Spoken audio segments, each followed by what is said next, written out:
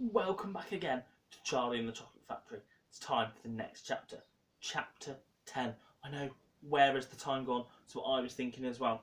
I know we got up to yesterday, the part where Grandpa had given Charlie that sixpence to go and buy another Garbajola and chocolate, and they were ripping the wrapper open, weren't they? Nothing. So moving on to chapter 10. Let's find out what happened. Dave the Shark's really excited. Peter's not talking to me today, he's a bit grumpy. It's because I went out for a bike ride without him. So, Charlie and the Chocolate Factory, chapter 10.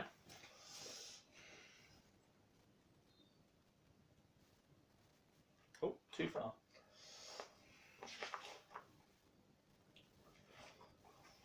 I'm getting there, sorry, a little bit of a delay today. Sticky pages. The family begins to starve. During the next 2 weeks, the weather turned very cold. First came the snow. It began very suddenly one morning, just as Charlie Bucket was getting dressed for school. Standing by the window, he saw huge flakes drifting slowly down out of an icy sky that was the colour of steel. By evening, it lay 4 foot deep around the tiny house, and Mr. Bucket had to dig a path from the front door to the road. After the snow, there came a freezing gale. Oh, that's a big wind that blew for days and days without stopping. Oh, how bitter cold it was. Everything that Charlie touched seemed to be made of ice, and each time he stepped outside the door, the wind was like a knife through his cheek. Inside the house, little jets of freezing air came rushing in through the sides of the windows and under the doors, and there was no place to go to escape them. Imagine that, eh? How horrible that is. The 4 old ones lay silent, huddled in their bed, trying to keep the cold out of their bones. The excitement over, the golden tickets had long since been forgotten.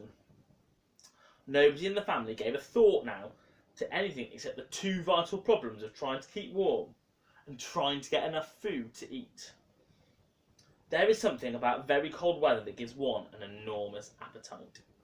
Most of us find ourselves beginning to crave rich, steaming stews and hot apple pies. Oh, I had chicken stew yesterday. It was delicious, by the way. And all kinds of delicious warming dishes. And because we're a great deal luckier than we realise, we usually get what we want. How true is that? Or near enough. But Charlie Bucket never got what he wanted because the family couldn't afford it. And as the cold weather went on and on, he became ravenously and desperately hungry. Love the word ravenously. Great advert, that. Both bars of chocolate, the birthday one and the one Grandpa Joe had bought, had long since been nibbled away, and all he got now were those thin, cabbagey meals 3 times a day. Then, all at once, the meals became even thinner.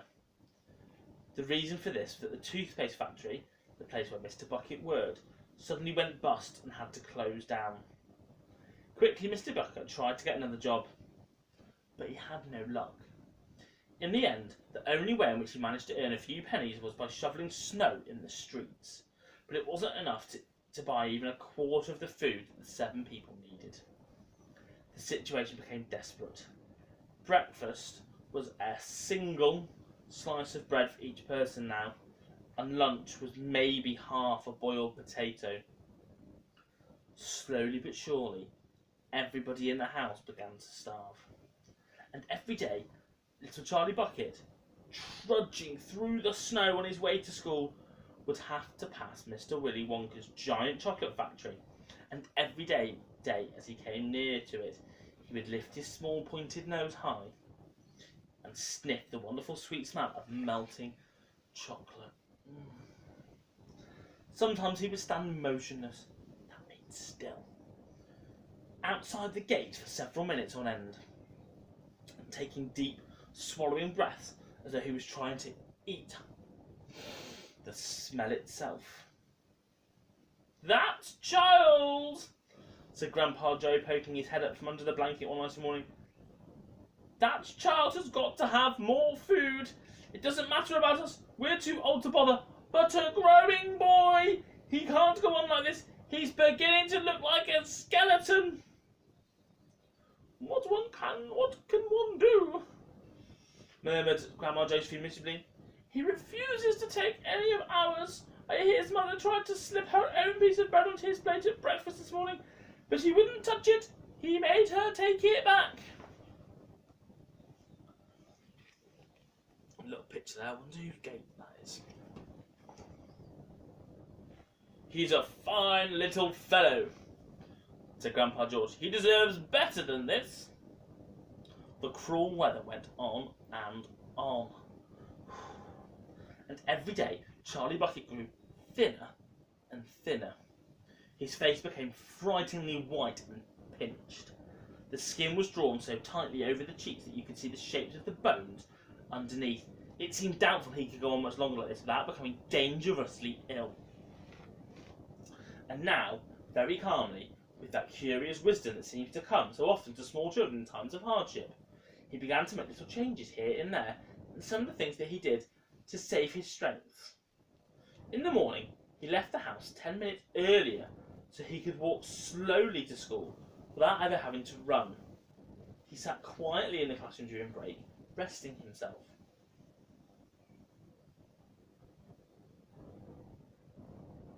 While others rushed outdoors and threw snowballs and wrestled in the snow.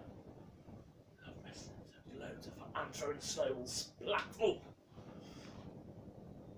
Everything he did now, he did slowly and very carefully to prevent exhaustion, that's extreme tiredness. Then, one afternoon, walking back home with the icy wind in his face, and incidentally feeling hungrier than he'd ever before, his eye was caught by something silvery lying in the gutter. Charlie stepped off the curb and bent down to examine it. Part of it was buried under the snow, but he saw at once what it was. It was a 50p piece. Had somebody just dropped it? No, that was impossible because of the way part of it was buried. Several people went hurrying past him on the pavement, their chins sunk deep in the collars of their coats, their crunching feet in the snow. None of them was searching for any money. None of them was taking the slightest bit of notice of the small boy crouching in the gutter. Then, was it his 50p piece? Could he have it? What would you do in that situation if you were Charlie? Would you keep it? Would you take it? Would you give it in? Who could you give it into? I don't know. Have a discussion about that. That's a really interesting point to have a discussion about. Carefully, Charlie pulled it out from the snow. It was damp and dirty, but otherwise perfect. A whole 50p. He held it tightly between his shivering fingers, gazing down. It meant one thing to him at the moment, and only one thing. It meant food! Automatically, Charlie turned and began moving towards the nearest shop. It was only 10 paces away. It was a newspaper and stationery shop, the kind that sells almost everything, including sweets and cigars. What would he do? He whispered to himself quietly. He would buy one luscious bar of chocolate and eat it all up, every bit of it, right there and then, and the rest of the money he would take straight back home and give to his mother. Interesting. So that was chapter 10 of Charlie and the Chocolate Factory. Hope you enjoyed it.